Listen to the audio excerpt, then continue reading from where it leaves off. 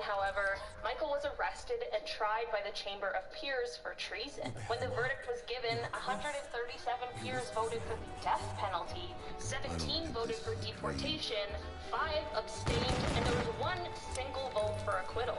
Unfortunately, this was a majority rules situation, and Michael was sentenced to death by the firing squad. On December 7th, 1815, Michael was put in front of a firing squad, and he refused to wear a blindfold. He was surprisingly given the right to order the fire himself, and before doing so, these are the final words that he spoke. "Soldiers, when I give the command to fire, fire straight at my heart. Wait for the order. It will be my last to you. I protest against my condemnation. I have fought 100 battles for France, and not one against her.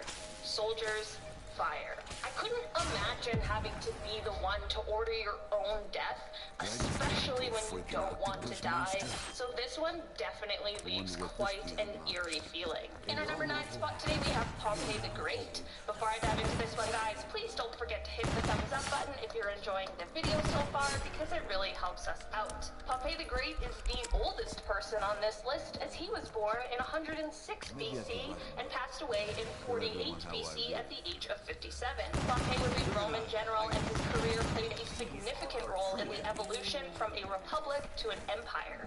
At one point, he was an ally of Julius Caesar, but they became enemies, and this is what led to Pompey's death. In 48 BC, there was a civil war in which Caesar beat Pompey's army, and Pompey began to retreat to Egypt. Once he got there, he hoped that King Ptolemy would help him, but unfortunately the king feared Caesar, so instead the king invited him ashore at Pelusium, and it was there that Pompey was assassinated. Pompey's final words were to one of the assassins, and it seems as though Pompey recognized him. He said, "I am not mistaken, surely, in believing you to have been formerly my fellow soldier.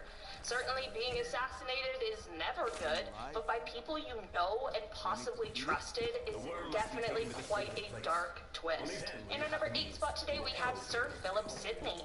Sir Philip Sidney was born in November of 1554 and was an English poet and soldier, and is one of the most prominent figures of the Elizabethan era. In 1586, he joined Sir John Norris in the Battle of Zutphen. Sorry if I said that wrong. In the fight against the Spanish, but it was during this battle that he was shot in the thigh, which would ultimately lead to his death.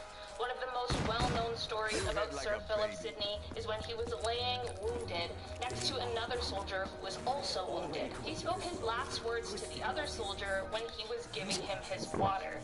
He said, "Take it. Thy need is greater than mine." It seems as though he must have known he was about to pass, but it also shows the kind of person he was, which seems to be a very noble person. He certainly left a legacy, considering we are still here talking about him today. In our number 7 spot today, we have Joachim Murat. Joachim Murat was a marshal of the empire and an admiral to Napoleon, and he was also the king of Naples from 1808 to 1815. A lot of people attribute his titles to the fact that he actually married Napoleon's younger sister, Caroline Bonaparte, but he is also remembered as brave and charismatic. He was also known as a fancy dresser, so he gained the nickname the Dandy King, which I love. After the fall of Napoleon, he was captured by the forces of King Ferdinand IV of Naples, and was eventually tried and sentenced to death by firing squad. When the time came, he refused a chair and a blindfold and said, "I have braved death too often to fear it." He then stood up tall and proudly and kissed a carving of the face of his wife that he had with him, and then he spoke his final words, which were, "Soldiers, do your duty, straight to the heart, but spare the face. Fire." Honestly, I don't know how these people stay so calm and collected during these undoubtedly terrifying moments. In our number 6 spot today, we have Major Lloyd Williams. Major Lloyd Williams was born in 1887 and was an officer in the United States Marine Corps and passed away fighting in World War I. On June 11th of 1918, he was leading an assault and had been sent to help the French army in the Battle of Belleau Wood, which barely left anyone on their side alive. When they first arrived, they found the French retreating already, but Lloyd did not want to. When a French major told Lloyd to retreat, he told him to go to hell, which I guess I can appreciate. Later in the battle, Lloyd found himself gassed and injured by shrapnel and was down on the battlefield, severely injured. When medics approached him, he spoke his last words, which were, "Don't bother with me, take care of my good men." I obviously have no knowledge of what would have happened if they did choose to retreat when the French major suggested it, but I definitely think it is honorable that he ensured his men were tended to first. In our number 5 spot today, we have Murray Hudson. Murray Hudson was born in 1938 and was a sergeant with the Royal New Zealand Infantry Regiment. On February 13th, 1974, Murray was a drill instructor and was supervising a training exercise when things really took a turn for the worst. One of the officers in training, or a non-commissioned officer who was participating in this training exercise, accidentally armed a grenade that he was about to throw. This is obviously an incredibly frightening situation and one that made the officer completely freeze. After all, what really do you do in that situation? Murray saw him freeze and realized what had happened and ordered him to throw it, which I guess is the smartest move and the thing that you would do in this situation. The officer unfortunately was still frozen and wasn't reacting, so in an attempt to save him, Murray went over and took his hand and tried to release the grenade so that he could throw it. During this process, the grenade unfortunately exploded, which took both of their lives. The final words of Murray were his directions and him saying, "Throw it, just throw it." Such a tragic event that absolutely could have been avoided. Murray was awarded the...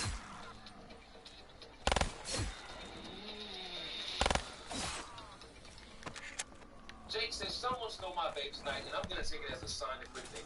Here is another one. The George Cross after his passing, which is the highest award bestowed by the British government for gallantry not in the presence of an enemy. In our number 4 spot today, we have Louis Joseph de Montcalm. Louis Joseph was a French soldier who was born in 1712 and was commander of the forces in North America during the 7 Years' War. In September of 1759, he decided to attack the British with the forces he had instead of waiting for more people and more numbers. Many people believe that this was his greatest mistake, but he felt like if he waited, they wouldn't have been able to defeat the British. That may be true, but without waiting, the British, of course, still defeated the French forces. Louis was riding back to the city when he was struck by a musket shot in the back. There were 3 soldiers who helped him back to the city and to a surgeon who explained that he wouldn't be able to even make it through the night. Before his commanding officers left him for the last time, he had some not so nice words for them. His final words happened to be, "I have much business that must be attended to of greater moment than your ruined garrison and this wretched country." Considering he's talking about the country that I live in, that seems a little rude, but I can understand why he felt that way. In our number 3 Blame spot today, Canada. Blame Canada. Simon, who is often referred to as the Liberator, was born in 1783 and was a military and political leader that led Venezuela, Okay, first of all, Bolivia, Colombia, Ecuador, this Peru, is just for Panama, me. If you have to under pack a punch a gun, independence pack a from punch the the Spanish Empire. bloodhound. He was It's 47 years old in overpowered. 1830 and had resigned from his The hell? presidency and was planning on heading to Europe. He even had already sent crates of his belongings, but unfortunately fell extremely ill before he was able to leave his country. On December 17th of 1830, he was about to lose his battle with tuberculosis and was extremely delirious, so his last words are actually very strange. There are some accounts that his last words were, "Damn it, how will I ever get out of this labyrinth?" And other accounts say that his final words were, "Fetch the luggage, they do not want it." Truthfully, either way, it is clear that he wasn't necessarily in his right mind, but it's also very clear that he was looking for some way out or some sort of escape. In our number 2 spot today, we have John Sedgwick. John Sedgwick was born in 1813 and was a military officer and Union Army general during the American Civil War. On May 9th, 1864, he and his men were at the Spotsylvania courthouse and he was directing different placements when Confederate sharpshooters, who were around 1,000 yards away, began shooting at them. This, of course, caused for some of John's men to duck for cover like any regular human being would when being shot at. I'm not exactly sure why, but John seemed to have been less concerned with the shots and more concerned with the soldiers taking cover, and he continued to strut around and say, "I'm ashamed because I am actually elevated this distance." It was unfortunately just a few moments later that he was fatally struck by a bullet just under his left eye. His chief of staff, Martin T. McMahon was close to him and heard his last words and tried to catch him as he fell. Medical personnel were of course called as quickly as possible, but unfortunately he never regained consciousness. In our number 1 spot today we have Alexander Prohorenko. In 2016, Alexander was a senior. That was pretty lucky that I got forces of the Russian double Armed points. Forces. He was 25 years old at the time and was fighting in the Syrian civil war. On March 17th of 2016, during the Palmyra offensive, he found himself surrounded by ISIS militants. Not wanting to be captured alive and also bravely doing what he thought was best, he ordered an airstrike on his location. His command was slightly confused in the beginning of this order and asked him to confirm his order, and this is when Alexander spoke his final words to command. He said, "They are outside. This is the end, Commander. Thank you. Tell my family and my country I love them. Tell them I was brave and I fought until I could no longer. Please take care of my family. Avenge my death. Goodbye, Commander. Tell my family I love them." Alexander left behind his wife, Katya, and the child they were expecting at the time of his death. He was nicknamed the Russian Rambo after his death and was awarded the title Hero of the Russian Federation for his ultimate sacrifice. Alright guys, that has been our list for today. It's been a bit of a dark one, so I'm gonna go look at some pictures of speed color. feel a little bit better. Double tap loop Bill. bill. Oh, sweet!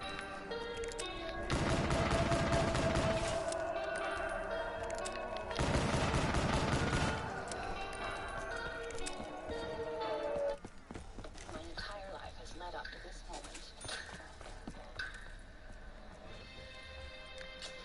I see these garden coverings every week at these bistro downtown. They're so chic. And they seem to have so much fun together. Double tap loop bill. Elegant friends like that. So, yeah, how does someone join a club like that? I'm gonna do pack a punch on all of my maps, which includes barely any. Are you familiar with the Legion Park Garden Club? Man's pulling some kind of trick on us. They told you that He must have some personal connection with one of us. Almost like it belongs to the team.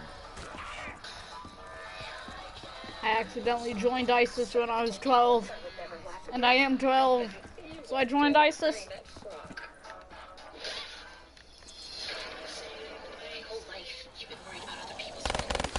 Oh hell. Gloves off. Maybe it's time to be selfish. Oh, you bloody bastard.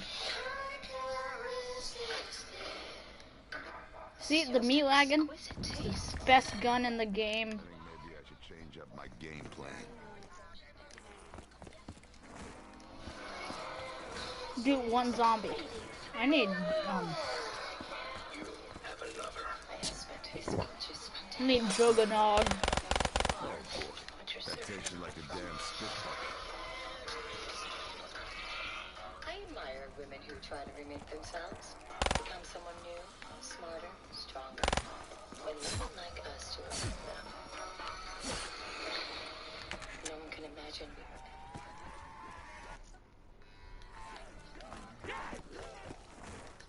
Hello, whoever joined. Still dead? It works for me. This is how to get pack punch in Black Ops 3 Shadows of Evil. Once I'm in a Zoom room, I can start my meeting completely touch-free using voice commands. Being a soldier is certainly not an easy job, and many of them end up putting their lives on the line in order to fight for what they believe in. From soldiers who died in battle, to soldiers who died from arrogance, and even to soldiers who passed away from natural causes. On today's top 10 list, I will be covering 10 more haunting last words heard by soldiers. Starting off this list, in our number 10 spot, we have Ira T. Woodruff. Ira T. Woodruff was a second lieutenant in the Confederate Army during the Civil War. He ended up Why I hate you, Kevin. battle 7 times on May 31st of 1862. His last words during this battle God damn it! what was recorded was one of his last words to his family, which I think is a pretty great choice to remember some of his final words. Close to the end of the letter read, "When that dear land shall be polluted by the filthy tread of our enemies that are now waging an unjust war upon us, I hope that it will take place after my remains sleep in the lonesome grave of the soul.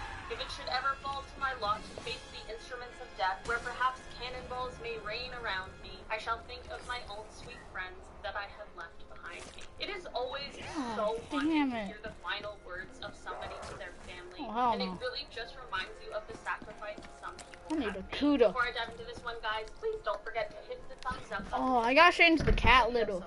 In our number 9 spot today, we have Can I pause the like stream? Gregorio was a general of the Philippine Revolutionary Army watching. during the Philippine-American War, and is known for being one of the youngest generals in the Revolutionary Army at the young age of just 22 years old. He was nicknamed Boy General and was also known for being quite a lady. In 1896, Gregorio finished his bachelor's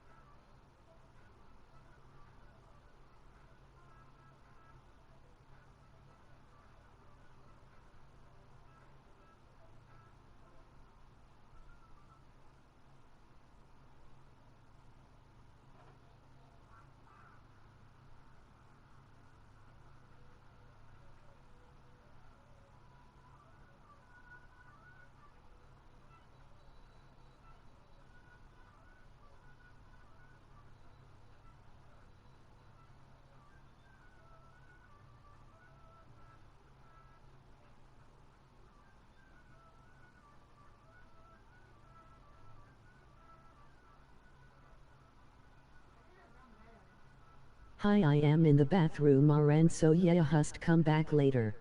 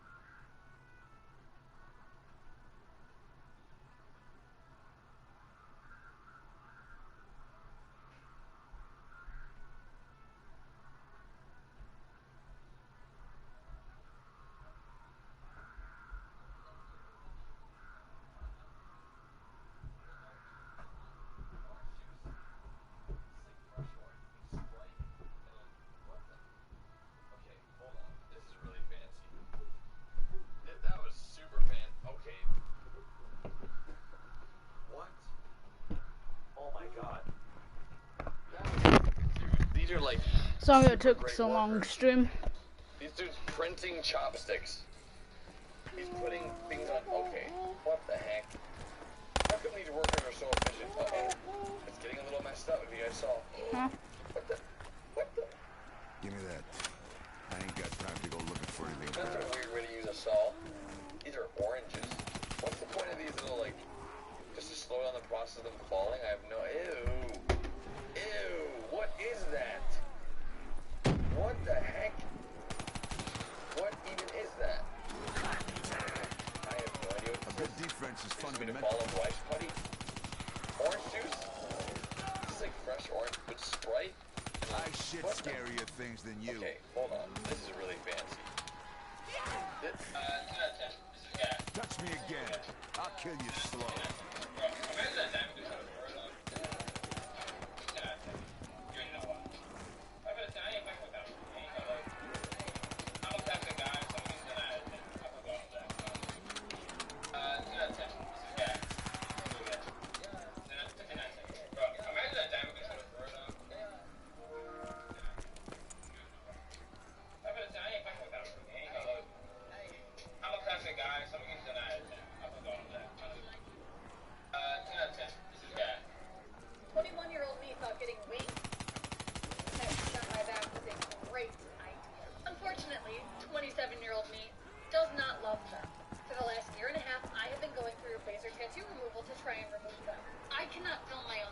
But here's a YouTube video about what I only got a few shots left.